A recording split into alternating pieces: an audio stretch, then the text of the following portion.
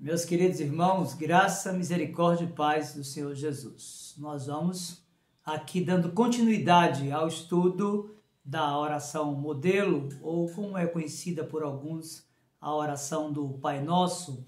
E esta é a segunda mensagem sobre esse tema tão importante, tão relevante e tão necessário para os nossos dias, de forma especial nesses dias de pandemia, quando necessitamos tanto nos aproximar do trono da graça de Deus, e Ele nos deixou, dentre outros meios, a oração, que é de fato um meio de graça. Então eu quero convidá-lo a abrir a Escritura aí no Evangelho de Mateus, capítulo de número 6, verso 10. Lembrando que esta é a segunda mensagem sobre a oração modelo. Mateus, capítulo 6, verso de número 10, veja comigo o que diz a santa e bendita palavra de Deus.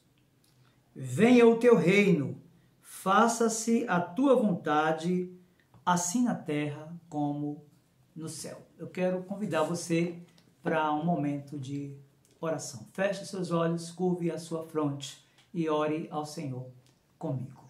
Meu Senhor, em nome de Jesus, teu Filho bendito e amado, nosso Redentor e Supremo Pastor, nós nos aproximamos do trono da Tua graça por meio de Jesus Cristo, o único mediador entre Deus e os homens, o nosso pastor amado, aquele que nos redimiu do nosso cativeiro, que nos transportou das trevas para a Tua luz bendita.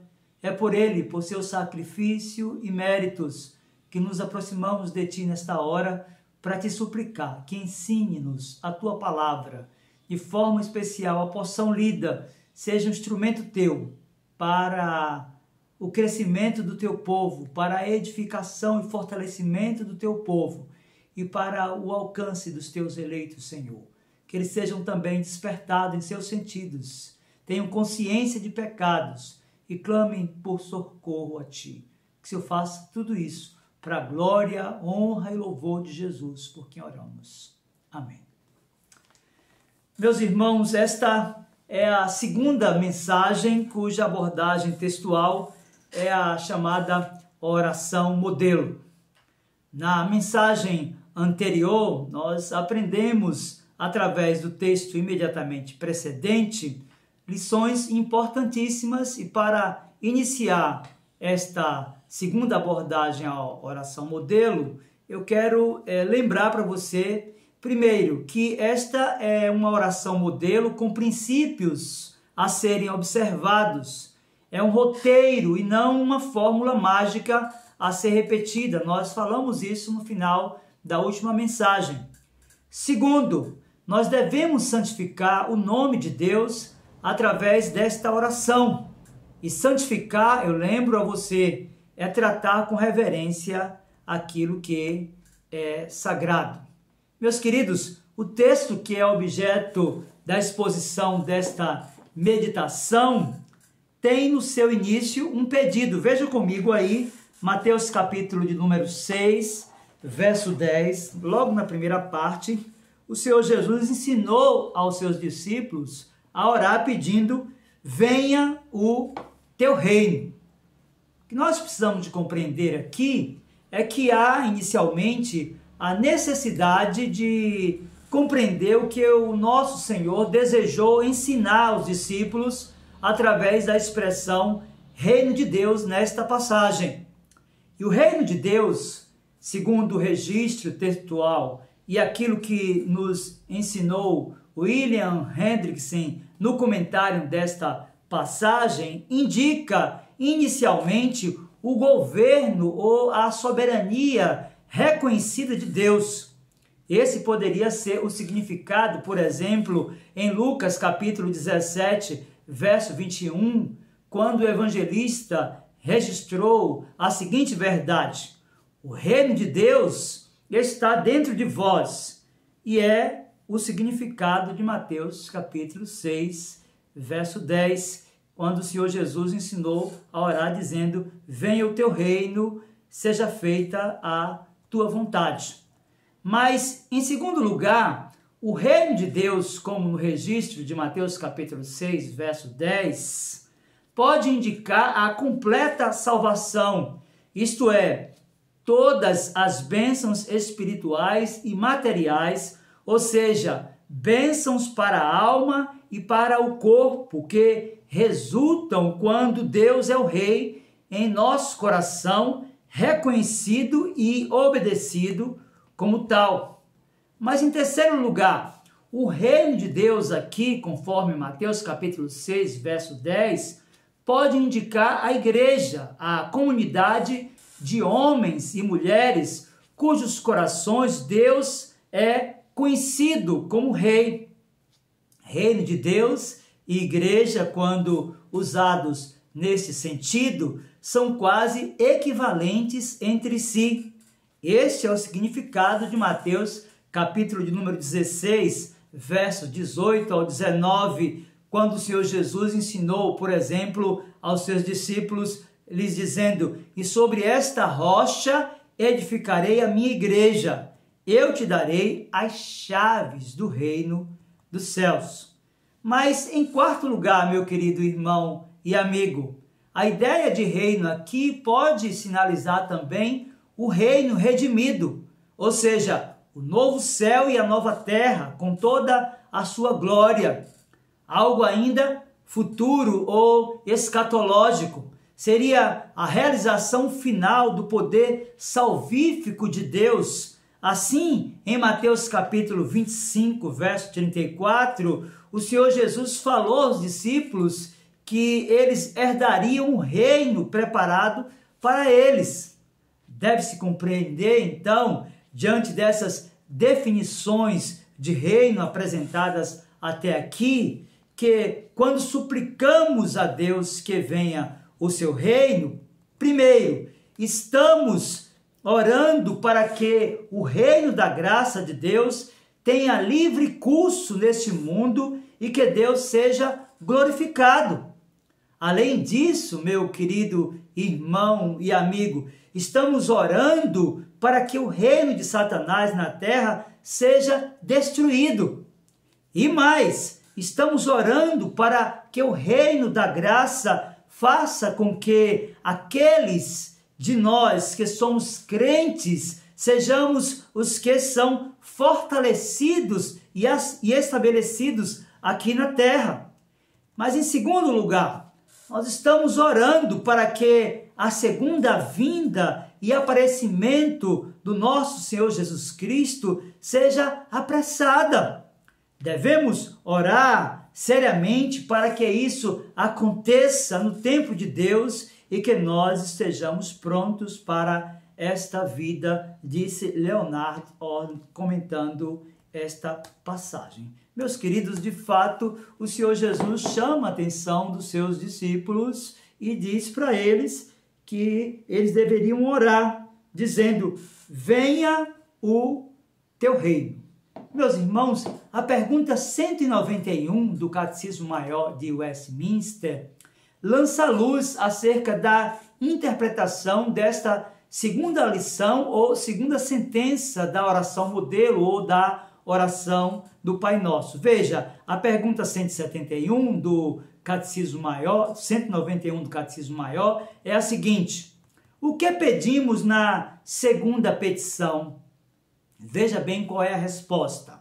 Na segunda petição, que é: venha o teu reino, reconhecendo que nós e todos os homens estamos por natureza sob o domínio do pecado e de Satanás, pedimos que o domínio do mal seja destruído, o evangelho seja propagado por todo o mundo, os judeus chamados e a plenitude dos gentios seja consumada, que a igreja seja provida de todos os oficiais e ordenanças do evangelho, purificada da corrupção, aprovada e mantida pelo magistrado civil, que as ordenanças de Cristo sejam administradas com pureza, feitas eficazes para a conversão daqueles que estão ainda nos seus pecados e para a confirmação,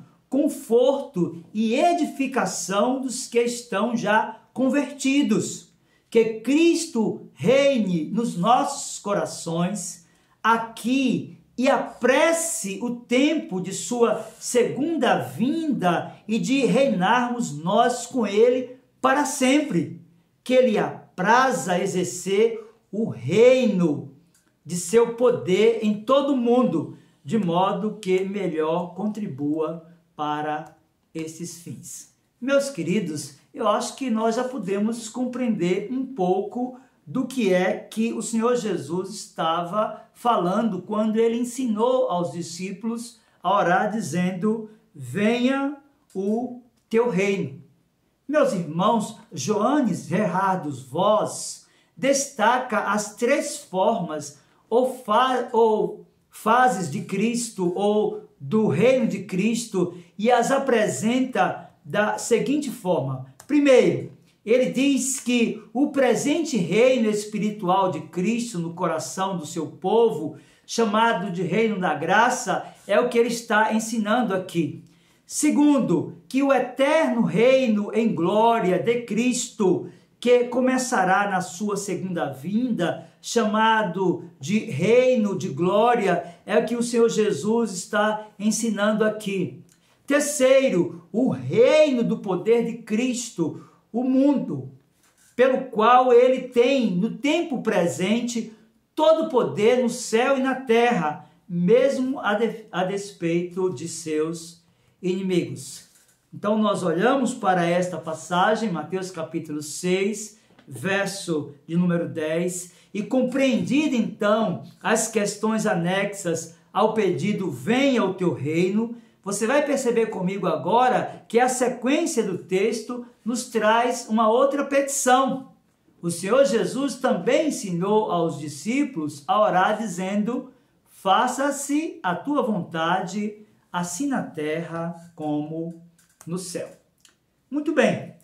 Para Matthew Henry, comentando esta passagem, oramos para que, tendo o reino de Deus chegado, nós e os outros possamos ser trazidos para a obediência a todas as suas leis e ordenanças. Desejamos que o reino de Cristo venha, que a vontade de Deus seja feita e com isso que ele venha como o reino dos céus, que ele apresente um céu na terra. Quando oramos para que ele nos governe, pedimos para ser governados por ele em todo tempo. Portanto, observe, primeiro, pelo que oramos, seja feita a tua vontade. Se você apelar para a Escritura no Antigo Testamento, lá no primeiro livro de Samuel, profeta, capítulo 3, verso 18, você vai entender por esta narrativa histórica a declaração do profeta que tem perfeita associação com esta petição que o Senhor Jesus ensinou aos seus discípulos fazer. Samuel disse lá: Senhor, faça comigo e com o que tenho o que bem quiseres. Meus queridos, eu me sujeito a ti e estou bem satisfeito pelo fato de todo o teu conselho a meu respeito ser executado. É mais ou menos a ideia que nós temos tanto no passado, no primeiro livro do profeta Samuel, como nessa declaração aqui, na chamada oração modelo ou oração do Pai Nosso. Portanto, nesse sentido, Cristo orou: não se faça a minha vontade, mas a tua.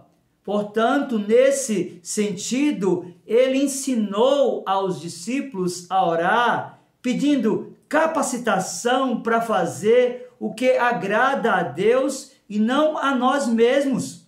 É importante compreendermos isso e percebermos como esta oração, ela colide com esse modelo odierno de oração, onde muitos se colocam diante de Deus para pedir aquilo que lhes apraz e muitas vezes até dizendo para Deus o que é que ele tem que fazer. A ideia aqui, meus queridos irmãos, é que a vontade de Deus seja feita na nossa vida e não a nossa própria vontade, a vontade da carne ou a da mente, não a vontade dos homens, muito menos a vontade de Satanás, mas a vontade de Deus, que é o padrão daquilo que Ele quer para nós. Então é importante, compreendendo, primeiro, que o Senhor Jesus está ensinando aqui pelo que nós devemos orar, mas devemos entender também o padrão daquilo que Ele exige dos seus discípulos. E esse padrão é que Deus possa ser seguido na terra, neste lugar da nossa tribulação e provação, como é feito no céu, aquele lugar de descanso e alegria. Portanto, nós oramos para que a terra possa se tornar cada vez mais como o céu, através da observância à vontade de Deus. Meus queridos irmãos, de fato, a compreensão desta petição é de vital importância para a vitalidade espiritual dos crentes na relação com este importante e insubstituível meio de graça, definindo como oração. Compreender que nossa oração deve estar sob o governo providencial de Deus, que a sua vontade é soberana, é para nós fundamental aqui nesta segunda mensagem sobre a oração modelo.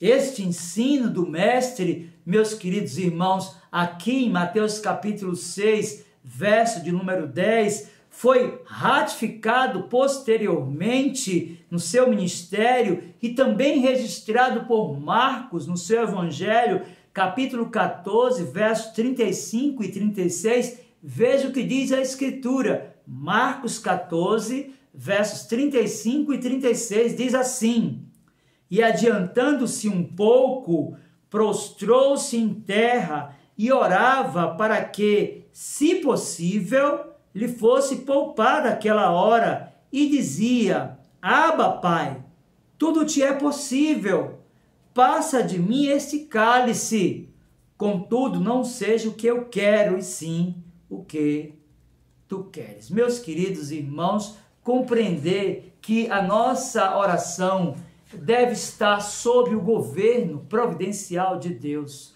deve contemplar a soberania absoluta que Ele tem sobre todas as coisas, nos traz, sobretudo, conforto. Nós nunca devemos orar dizendo apenas aquilo que queremos. Obviamente que nós devemos expressar para Deus o desejo do nosso coração, mas como o Senhor Jesus, devemos dizer: seja feita a tua vontade, assim na terra como no céu. O apóstolo Paulo, escrevendo aos Romanos e discorrendo acerca dos mediadores presentes na oração e a forma como ela é respondida, ele afirmou o seguinte: veja comigo agora Romanos capítulo 8, versos 26 e 27, como esse texto ele reflete um pouco da soberania de Deus também na oração de todo cristão. Romanos 8, 26 e 27, a palavra de Deus nos diz assim: também o Espírito semelhantemente nos assiste em nossa fraqueza, porque não sabemos orar como convém, mas o mesmo Espírito intercede por nós sobremaneira com gemidos inexprimíveis, e aquele que sonda os corações sabe qual é a mente do Espírito. Veja o que o apóstolo disse agora: porque segundo a vontade de Deus é que ele intercede pelos santos. Veja então que o Espírito Santo, ele é um mediador na terra, no coração da igreja, que habita nos crentes, e a sua intercessão não é segundo aquilo que desejamos, mas segundo a vontade do próprio Deus. Se você continuar folheando a carta de Paulo aos Romanos, agora no capítulo 12, versos 1 e 2, você vai encher o seu coração de conforto e de consolo em saber que a vontade de Deus, ela é boa, perfeita e agradável, e é sempre melhor contar com a soberania de Deus na oração e com a vontade de Deus que é boa, perfeita e agradável, porque isso de alguma forma vai trazer conforto, consolo e esperança ao nosso coração. Primeiro, sabendo que o Espírito intercede por nós, considerando a vontade de Deus, que é soberana. Segundo, compreendendo que a vontade de Deus, meu querido irmão, ela é melhor do que a minha e do que a sua. Por quê? Porque ela é boa, perfeita e agradável. Abra aí a sua Bíblia em Romanos capítulo de número 12, versos 1 e 2, e você vai ver, o apóstolo Paulo disse assim: rogo-vos, pois, irmãos, pelas misericórdias de Deus, que apresenteis o vosso corpo por sacrifício vivo, santo e agradável a Deus, que é o vosso culto racional. E não vos conformeis com este século, mas transformai-vos pela renovação da vossa mente, para que experimenteis qual seja a boa, agradável e perfeita vontade de Deus. Meus queridos irmãos e amigos, diante do que vimos na exposição dessas petições, nesta segunda mensagem sobre a oração modelo ou oração do Pai Nosso, é importante destacar que a expressão venha o teu reino nos remete, primeiro, à necessidade de orar para que o reino de Deus se manifeste na vida dos eleitos através da evangelização e de missões. E a pergunta é: você tem sido esse canal de evangelização e de missões, anunciando às pessoas da sua casa, do seu bairro, da sua igreja, do seu trabalho, do seu colégio, da sua faculdade, que o reino de Deus está presente na terra? Segundo, devemos compreender que essa expressão venha o teu reino tem relação com a destruição do reino, vigiando e orando e conscientes de que a qualquer momento o rei aparecerá nas nuvens, ao som dos clarins, e virá julgar vivos e mortos. Ou seja, a segunda lição que nós temos na conclusão dessa mensagem é que quando nós oramos suplicando a Deus que venha o seu reino, nós estamos orando também pela destruição do reino oponente de Satanás, que trabalha contra o avanço do reino de Cristo, mesmo consciente de que as portas do inferno não prevalecerão contra a igreja do nosso Senhor Jesus Cristo. Satanás tenta impedir que o reino avance no coração das pessoas. Então, quando nós oramos, suplicando que venha o reino de Cristo na terra, nós devemos compreender que nós estamos entrando em uma batalha espiritual contra as forças do mal, contra o reino das trevas, pedindo a Cristo que venha, estabeleça definitivamente o seu reino, destruindo o reino de Satanás. Por fim, meu querido irmão e amigo, quanto à expressão textual em Mateus capítulo 6, verso 10, seja feita a tua vontade, é necessário lembrar que oração não muda a vontade soberana de Deus, mas acomoda o que desejamos, a sua vontade, que é boa, que é perfeita e que é agradável. Portanto, se você tem alguma demanda, se você tem apresentado a Deus essa demanda constantemente e você não tem sido atendido ainda, saiba que um dia para Deus é como 1000 anos e 1000 anos é como um dia. E compreenda também que a vontade de Deus, além de ser soberana, ela é boa, perfeita e agradável. Então, tente conviver com as suas lutas, com as suas adversidades, com seus enfrentamentos, com seus conflitos, compreendendo que Deus jamais abandona o seu trono e que de fato há uma sala de comando no trono e um Deus que rege, que domina, que controla cada detalhe da nossa existência. Portanto, quando você estiver orando e declarar: venha o teu reino, faça-se a tua vontade, assim na terra como no céu, aprenda, sobretudo, que esta é uma oração poderosa e que haverá um dia que Cristo voltará para estabelecer definitivamente o seu reino aqui na terra. A minha oração e súplica é que esta mensagem possa ter abençoado a sua vida e a sua casa. Que Deus, pois, aplique a sua palavra ao nosso coração. Eu quero orar com você e por você nesta hora. Feche os seus olhos e vamos orar ao Senhor. Meu Senhor, em nome de Jesus, teu Filho bendito e amado, nós te louvamos por tua palavra tão maravilhosa, por aquilo que aprendemos nesta segunda petição da oração modelo, da oração do Pai Nosso.